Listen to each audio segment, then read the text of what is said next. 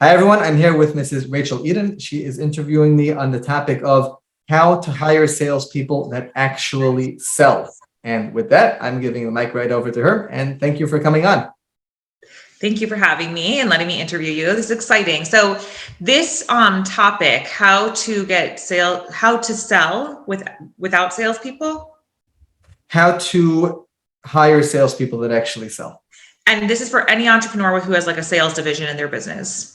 Yeah. So generally, if someone has an entire sales division, I imagine that they do have salespeople that actually sell. And if they don't, then they really have to tear things apart and go back together. I'm talking to the business that is thinking about hiring a salesperson and is not sure what to do, or very commonly, somebody who has hired salespeople and they have not met with success. And that's the one that might be addressed by this question. Okay, what kind of lack of success are they seeing the most? Meaning, let's say, are you seeing like a lot of people who have one salesperson that they rely on 80% and that leaves everyone else weak? Or is it just like a more of a general, their salesperson or people are not producing?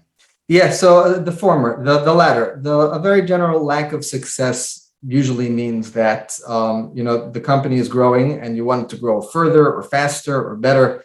So you hire a salesperson whose literal job it is to sell. And if they don't sell, then they are not doing a good job. And with that mentality, people just go through salesperson after salesperson after salesperson, always picking, quote unquote, the bad hires. They can't find the right sales guy because the sales aren't coming in. And there's just a disconnect between expected performance and what actually happens. And is there a difference between commission-based and salary-based salespeople that you find?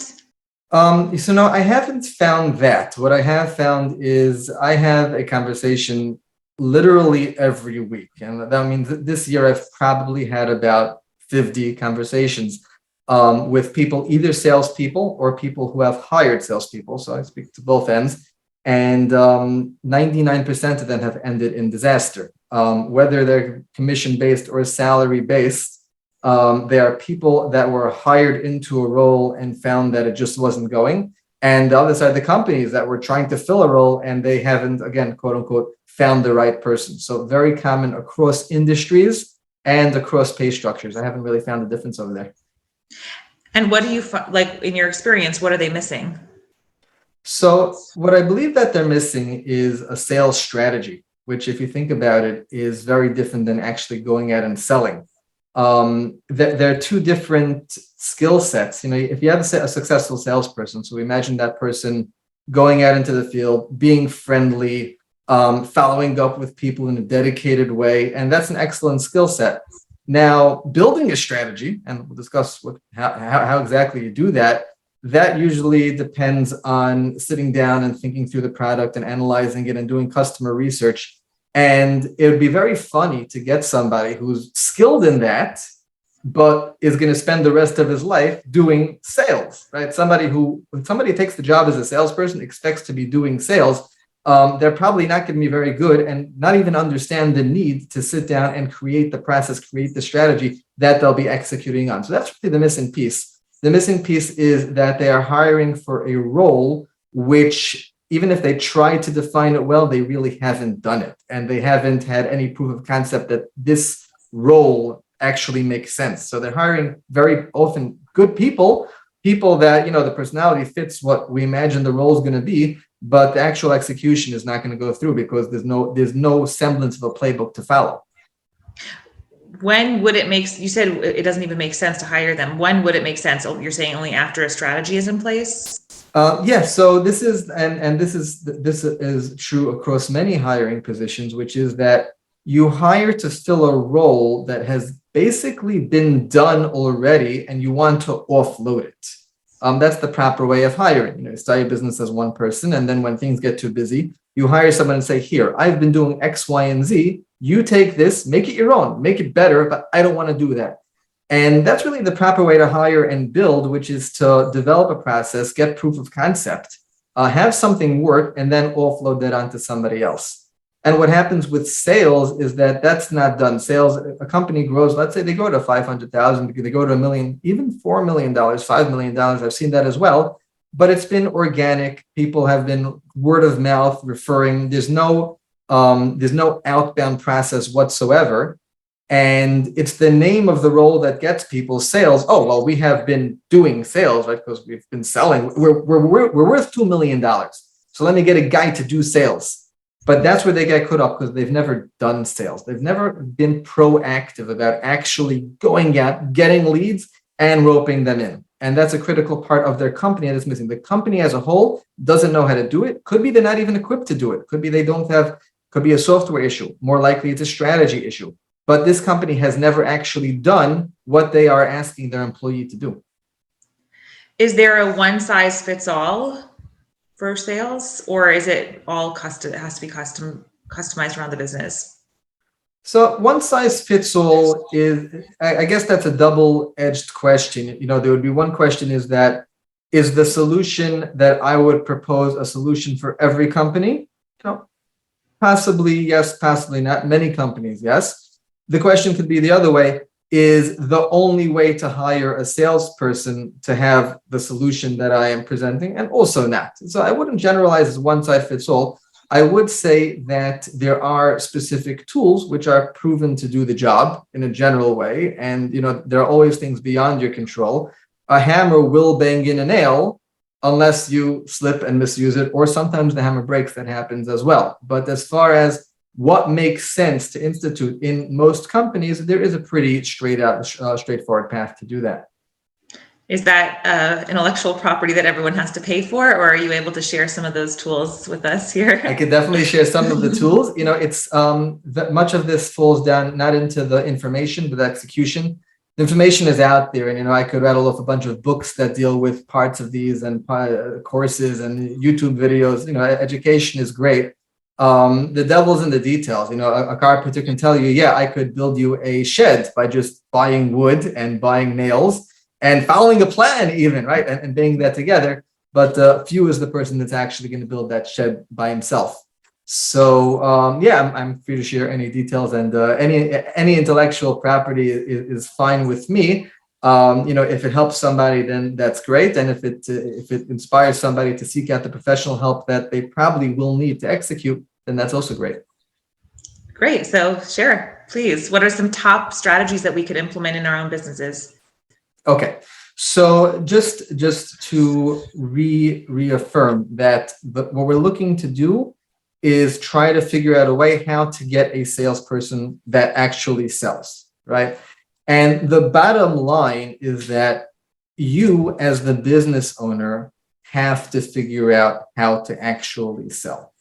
That's going to be the underlying point, which is that when you develop the system to actually sell, you can take that and say, here, Mr. Salesperson, Miss Salesperson, please do what I've been doing, make it your own, do it better. But you have to take the first step. You really have to figure out how to sell your product in an outbound way. That's actually a really interesting. That's a really interesting one, because I think a lot of people that at least I speak with in my world of entrepreneurship, they come in and they say that they want to oftentimes hire a salesperson, not just because their business has grown to the point of needing that, but also because they don't want to be busy with it. That's not their zone of genius. But it turns out actually what you're saying is, no, you need to become a master at this, and then you can offload it to somebody else. Yeah, that's it. I would change the word master, right? You don't have to master it, because it's likely, let's say the person is naturally very, very shy and sales is torture for him. So he may never master sales, and that's fine. He just has to have some sort of track record here. This is what I did, and that worked somewhat.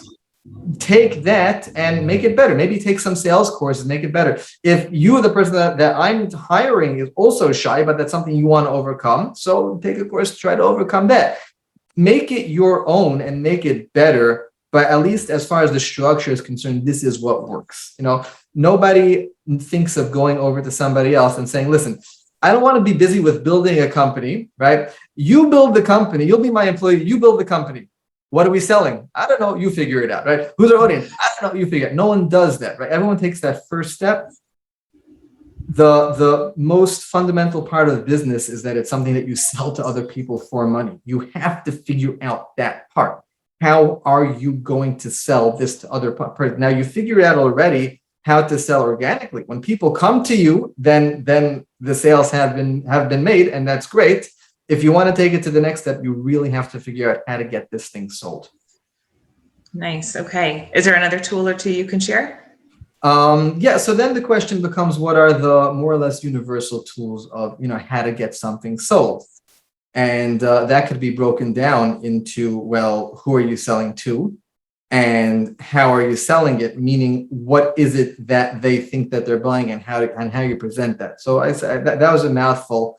The idea is, who are you selling to? What are they attracted to? And how are you going to get that information to them and attract them? So you want to break it down into that. And your company or your product is going to have to answer all of those questions. There are 8 billion people in the world. You're for sure not selling to everybody. And if you try, you will run yourself ragged, broke, out of energy, and you won't go anywhere.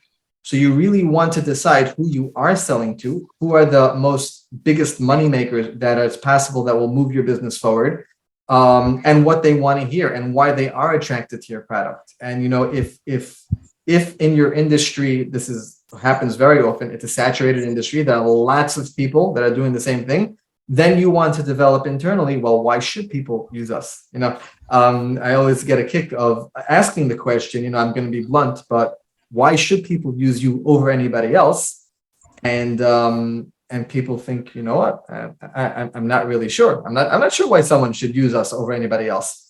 Now, if that company has been successful, I'm able to reassure them that, people are happy with you. There is a reason, and that's something we could figure out. So don't worry about whether there is a reason people should buy from you if you have a success record, but you do want to be able to identify that and promote that further. Nice. There's a book by Alex Ramosi, $100 Million Offer. Did Sure. you read it? So it seems like it's a good suggested reading for someone who's going down this road.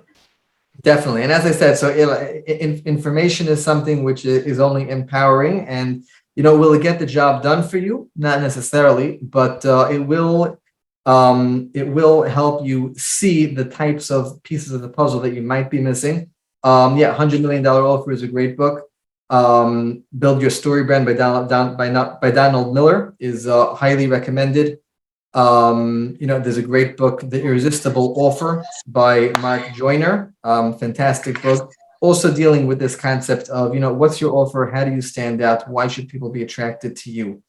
When you have that under control, then you could try figuring out, okay, how do I get in front of the people that have to hear this? And that's when you really start getting into the weeds, but into the practicality of getting your product sold, getting your message, we'll call it, getting the value in front of the right people so that they buy.